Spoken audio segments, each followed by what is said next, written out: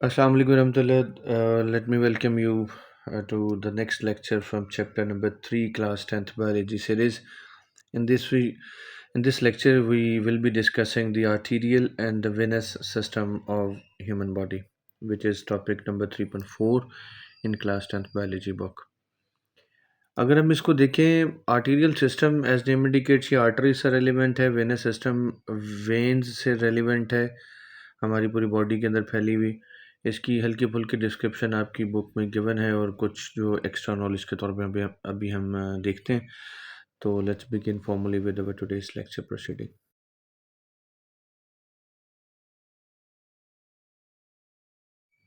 Okay, आपकी book में arterial system और वेनस सिस्टम की अ, कोई पर्टिकुलर डेफिनेशन मौजूद नहीं, तो let's begin with the formal definition that says the all arteries present in human body are collectively called as arterial system। इसकी दो डिवीजन्स हैं जो आपके बुक के अंदर भी मेंशन है, arteries present in pulmonary circulation and arteries present in systemic circulation।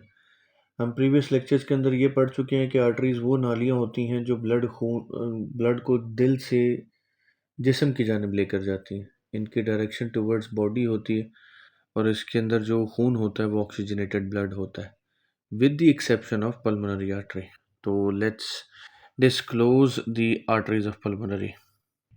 इसके अंदर जो है वो डीऑक्सीनेटेड ब्लड होता है जो कि राइट वेंट्रिकल से जो है वो लंग्स के पास जाता है, जहाँ से दो स्मॉलर आर्टरीज निकलती हैं। दो इसलिए निकलती हैं क्योंकि हमारे दो लंग्स हैं, राइट एंड लेफ्ट, तो ये दोनों की तरफ जो है वो एक एक आर्टरी से खून जाता है। और जाने का मकसद ये होता है कि चूँकि ये डीऑक्सीनेटेड ब्लड है, लंग्स के अंदर जो है वो ऑक्सीजन आती है बज़रिया सांस, तो उस ऑक्सीजन को इस डीऑक्सीनेटेड ब्लड के अंदर ऐड करके उसे ऑक्सीजनेटेड ब्लड में कन्वर्ट किया जा सके। फिर यहाँ से जो नाली वापस खून को ऑक्सीजन ऐड करवाने के बाद दिल के पास लेकर जाती है। फिर दिल उस नाली से हासिल करदा ऑक्सीजनेटेड ब्लड को पूरी बॉडी में फैलाता है और वो शुरू होता है सफ़र लेफ़्ट वेंट्रिकल से। लेफ़्ट वेंट्रिकल से जो एक बड़ी नाली के अंदर खून जाता है, उस बड़ी नाली का नाम है एओर्टा। वहाँ से फिर पूरी बॉडी तक जो है वो खून को पहुँचाया जाता है। एओर्टा की अगर हम बात करें तो एओर्टा में सबसे पहले तो एक डिवीज़न ये आती है कि एओर्टा उन हिस्सों को ब्लड पहुंचाता है जो कि दिल से ऊपर वाले हिस्से में मौजूद हैं। शोल्डर्स, कंधे, आर्म्स, हमारी बाजू और हेड, सर, इस एरिए को खून पहुंचाया जाता है। उसके बाद एओर्टा जो है वो जब दिल से नीचे वाले हिस्सों की तरफ जाता है तो it becomes dorsal aorta. Thorax हमारे सीने और छाती के हिस्से को कहते हैं। तो अब वहाँ से फिर आगे चूँकि ऑर्गन्स और टिश्यूज़ की बहुत बड़ी तादाद होती है जो दिल से निचले हिस्से में मौजूद है, तो वहाँ से इसकी डिवीजन्स स्टार्ट होती हैं छोटी-छोटी नालियों की सूरत में। हर नाली का एक पर्टिकुलर फंक्शन होता है कि उसने एक ख़ास ऑर्गन को जो है वो ब्लड पहुँचाना होता है। अब यहाँ से एक ही ट्रिक होती है ये इन इन चीज़ों को याद करने की कि कौन सी नाली किस ब्लड ऑर्गन को ब्लड पहुँचाती, कि आप उन ऑर्गन्स के नाम के जो पहले लेटर्स हैं उनका मतलब याद रखें। तो किसी भी लफ्ज़ से शुरू में 4 लेटर्स अगर HEPA होंगे तो it always refers to liver. तो hepatic artery supplies oxygenated blood to liver. किसी भी टर्म से पहले रीनल लगा होगा तो that always refers to kidneys in human body और medical science. It supply blood to the kidneys. Aorta also divide into femoral.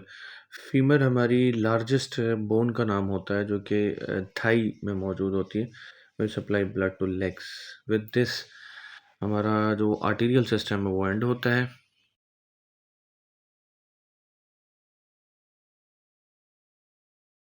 और अब अगर हम बात करें वेनस सिस्टम की, तो हमारी बॉडी के अंदर तमाम के तमाम वेन्स जो पूरी बॉडी में फैली हुई हैं, उन तमाम वेन्स के नेटवर्क को हम कलेक्टिवली वेनस सिस्टम कहते हैं। इसकी भी हमारे आर्टेरियल सिस्टम की तरह डिवीजन्स दो हैं। एक पल्मोनरी सर्कुलेशन है, जिस तरह अब हमने वहाँ आर्टेरियल सिस्टम में पढ़ा कि आर्टरीज जो हैं वो राइट वेंट्रिकल से निकल के जो है वो खून को लंग्स के पास लेकर जाती हैं, वहाँ से फिर वो लेफ्ट वेंट्रिकल तक उस खून को पहुँचाया जाता है। अब वो ऑक्सीजनेटेड ब्लड जो वहाँ से लेकर आने वाली नालियाँ हैं उनको हम नाम देते हैं veins of pulmonary circulation. Veins of systemic circulation को अगर हम देखें तो डियर ऑडियंस, अगेन इसके दो हिस्से बनेंगे। सुपीरियर वेना केवा वो नालियों का एक नेटवर्क सिलसिला जो दिल से लोकेशन वाइज हमारी बॉडी में ऊपर मौजूद होते हैं। अभी हम उसकी तफसील पढ़ते हैं। तो इन्फीरियर वेना केवा जो दिल से निचली साइड पे होते हैं, wherever they are present या whatever their location is, superior और inferior, they always take deoxygenated blood to the right atrium of the human heart. Superior vena cava के अंदर वो नालियाँ शामिल होती हैं जो कि शोल्डर्स, आर्म्स और हेड के हिस्सों से खून को वापस लाती हैं सुपीरियर वेना केवा में, और फिर वहाँ से वो राइट एट्रियम तक आता है। Inferior vena cava as name indicates inferior parts हैं जो दिल से निचले हिस्से में पाए जाते हैं, lower regions like to femoral veins refers right and left femur bones. ठीक है, दोनों थाई से आने वाली जो हैं वो खुद को गिराएंगी। इन्फीरियर वेना केवा में इसी तरह renal veins carry blood from kidneys. Hepatic, अब यहाँ पर हेप्टिक के केस में हमें थोड़ा सा कंसेप्ट क्लियरेंस के लिए देखना है। ये लफ्ज़ हेप्टिक पोर्टल वेन जो आप देख रहे हैं, ये हेप्टिक पोर्टल वेन हमने जो स्टमक के अंदर और उसमें स्मॉल इंटेस्टाइन में पड़ा था, वहाँ पर हमने इस लफ्ज़ को देखा था। एब्जॉर्प्शन ऑफ फूड के लिए ये नाली इस्तेमाल होती है। एलिमेंट्री कैनाल, खुराक की नाली से ये लिवर तक आती है खून को लेकर, वहाँ से फिर यह आगे वहाँ तक हेप्टिक वेन से के ज़रिए जो है वो दिल तक इसे पहुँचाया जाता है, या इन्फीरियर वेना केवा तक पहुँचाया जाता है, टू बी मोर प्रिसाइज। अभी हेप्टिक वेन और हेप्टिक पोर्टल वेन में फ़र्क क्या है? हेप्टिक वेन के अंदर सिर्फ ब्लड होता है जो कि डीऑक्सीनेटेड होगा, और हेप्टिक पोर्टल वेन में एब्जॉर्ब्ड हालत के अंदर न्यूट्रिएंट्स मौजूद होते हैं, खुराक मौजूद होती है। तो इसे जो है वो हम इन्फीरियर वेना केवा तक पहुंचा देंगे, और फिर इन्फीरियर वेना केवा से आगे जो है वो उसे दिल तक पहुंचा दिया जाता है, टू द राइट एट्रियम।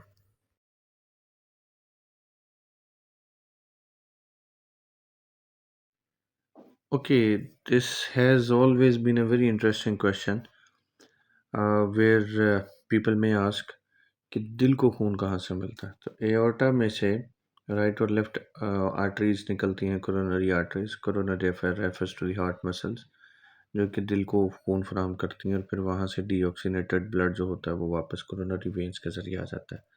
तो ये आपके इस टॉपिक के अंदर एक पिंक बॉक्स मौजूद भी है।